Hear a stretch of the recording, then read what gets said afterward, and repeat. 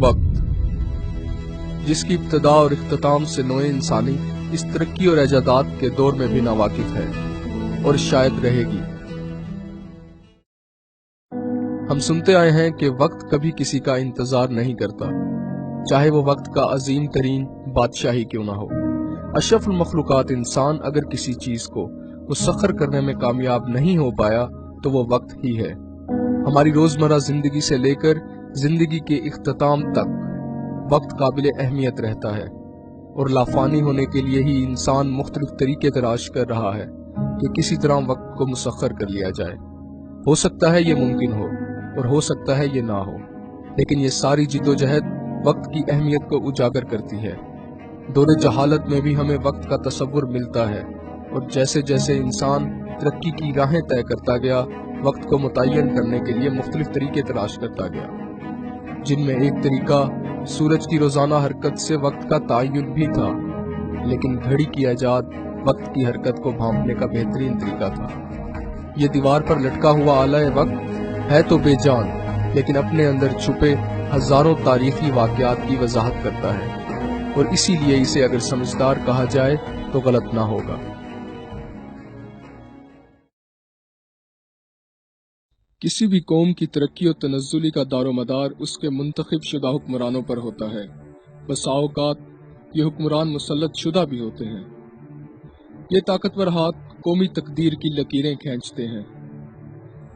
अगर ये हाथ साफ हों तो तकदीरें आसमानों को छूती हैं, और अगर ये हाथ बदउनवानी और खून से पागंदा हों तो इंसानियत की तबाही का बाइस बनते हैं। और फिर इन हाथों की जुम्बिश उस कौम के मुस्तकबिल का तायुन भी करती है, चाहे वो मुस्तकबिल वक्त की तवील डगर पर मुहित ही क्यों ना हो।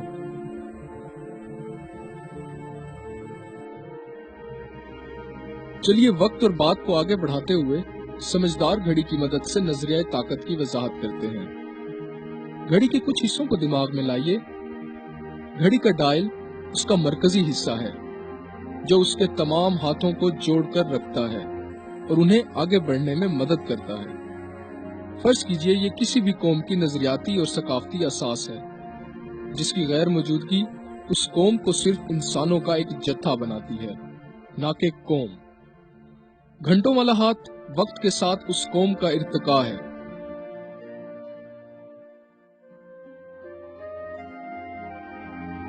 जबकि मिनटों वाला हाथ हुक्मरानों की नुमाइंदगी करता है। इसी तरह सेकंडों वाला हाथ वक्त है जो मुसलसल आगे बढ़ रहा है, और ये हिस्से जो घड़ी के चेहरे पर नुमाया है वक्त के साथ ताकत की मुंतकिली के मुख्तलिफ मराहिल हैं। ये नुकात जो सेकंड्स को जाहिर करते हैं दर हकीकत वो अवाम है जिनको ताकत मुंतकिल होनी चाहिए। अब घड़ी की हरकत पर आते हैं। नजरियाती असास कौम की जड़ है और पूरे निज़ाम मुआशरत को तब्दील किए बगैर तब्दील नहीं की जा सकती, जबकि इर्तिका एक तवील अमल है और तब्दीली लाने के लिए इसका आहिस्ता आहिस्ता मुआशरे में सरायत करना जरूरी है। दूसरी जानिब हुक्मरान हैं जो इर्तिका की निस्बत तो जल्दी तब्दील होते हैं, लेकिन वक्त इन्हें वक्त देता है और फिर वक्त यूं ही तेजी से आगे बढ़ता रहता है। जूं जूं वक्त आगे बढ़ता है हुक्मरान तब्दील होते हैं, जिसकी वजह से इर्तिका का अमल भी करवटें लेता है और लोगों तक समरात पहुंचने का अमल शुरू होता है। ताकत की मुंतकिली के मुख्तलिफ मराहिल तय होते हैं और कौमें तरक्की करती हैं। इन तमाम हिस्सों का अपनी मुकम्मल सलाहियत के साथ हरकत करना जरूरी है। इनमें से किसी भी जुज़ का ऐबदार होना पूरे निज़ाम के मफलूज होने का बाइस बन सकता है। लेकिन हम ये भी जानते हैं इस निज़ाम को इस्तेमाल करके कौमों को गुलाम बनाया गया, और तारीख हमें ऐसी कई मिसालें मुहैया करती है। हंगरी के नवाब फ्रैंक नडास्टे की बीवी एलिजाबेथ बैथरी, जो बैक वक्त 600 खवातीन के कत्लेआम करने के लिए बदनाम है। हत्ता कि Guinness book of world record में बैथरी का नाम सबसे ज्यादा खवातीन को कत्ल करने पर शामिल किया गया। बैथरी और उसके 4 मुआविनीन सन 1585 ईस्वी से 1609 ईस्वी तक हजारों खवातीन पर तशद्दुद اور قتل کرنے کے الزام میں نامزد رہے۔ اس کا تذکرہ الزبتھ بیتھری نے اپنی کتاب میں بھی کیا ہے۔ 300 سے زائد بچ جانے والے گواہان نے بیتھری کے دور میں ہونے والے مظالم کی مختلف مواقعوں پر تصدیق کی ہے۔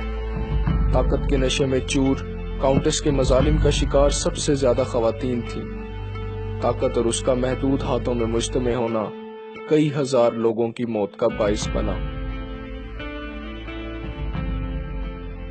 جرمنی کی نازی پارٹی کے سربراہ ایڈولف ہٹلر کے مظالم سے کون واقف نہیں؟ جنگ عظیم دوم اور ہولوکاسٹ کے اہم کردار ہٹلر نے 55 لاکھ یہودیوں کا قتل عام کیا۔ ہٹلر ایک آمر تھا جس کی ذہنیت اور فیصلے دنیا کی تاریخ میں ہمیشہ برے الفاظ میں یاد کیے جائیں گے۔ ایک ایسا عضو جو گھڑی میں مخفی ہے لیکن ہماری اکثریت اسے جاننے میں آج تک ناکام رہی ہے، کیونکہ وہ ہمارے سامنے نہیں، گھڑی کے پیچھے موجود ہے، اور وہ ہے سیل۔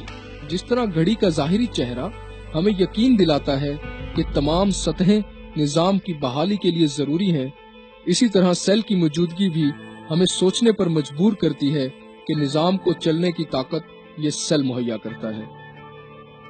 جس حصہ پر ہم سب سے کم دھیان دیتے ہیں، در حقیقت وہ عوام یہی سیل کی حیثیت رکھتے ہیں، لیکن تعلیم اور شعور کی غیر موجودگی سے انہیں سوچنے پر مجبور کیا جاتا ہے کہ وہ ایک نقطہ سے زیادہ اہم نہیں۔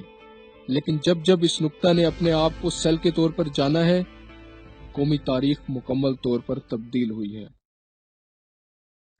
برِ صغیر میں 100 سالہ برطانوی دور کا خاتمہ قومی جد و جہد کی درخشاں نظیر ہے۔ تقسیم کر کے حکومت کرنے کی برطانوی پالیسی کامیاب تو رہی، لیکن اس کا اختتام بالآخر تقسیم ہند پر ہوا۔ اس تمام عرصہ کے دوران سونے کی چڑیا کے پروں کو نوچ کر اسے آئندہ اڑنے کی صلاحیت سے محروم کر دیا گیا۔ حالیہ گلوبلائزیشن کے بعد جنوبی ایشیا کے حالات میں بہتری کی امیدیں مقامی حکمرانوں کی بدعنوانی اور بد کرداری کی بھینٹ چڑھ گئیں، لیکن طاقت کے ان ایوانوں کی شان و شوکت عوام سے منسوب ہے۔ اگر ضرورت ہے تو اس امر کو پہچاننے کی کہ طاقت کا سرچشمہ عوام ہے۔ 18ویں صدی میں فرانس دنیا کا سب سے مہذب، متمدن اور ترقی یافتہ ملک تھا۔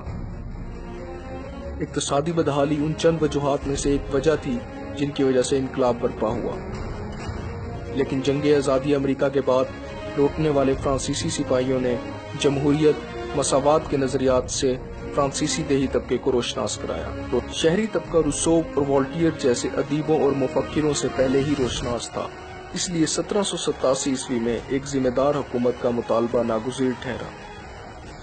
خالی خزانے کو پر کرنے کے لیے بادشاہ لوئی کے ٹیکس بڑھانے کے اقدام نے اس مطالبے کو مزید تقویت بخشی۔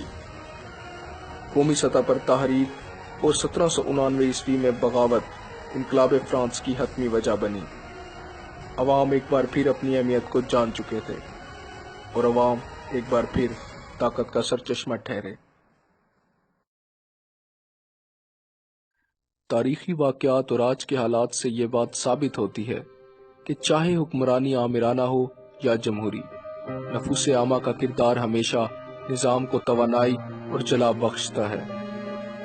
لیکن جب عوام اپنی لا علمی، عارضی فوائد یا مجبوری کے تحت خود ساختہ پنجروں میں مکفل ہوتے ہیں تو بہتری ابتری میں تبدیل ہو جاتی ہے۔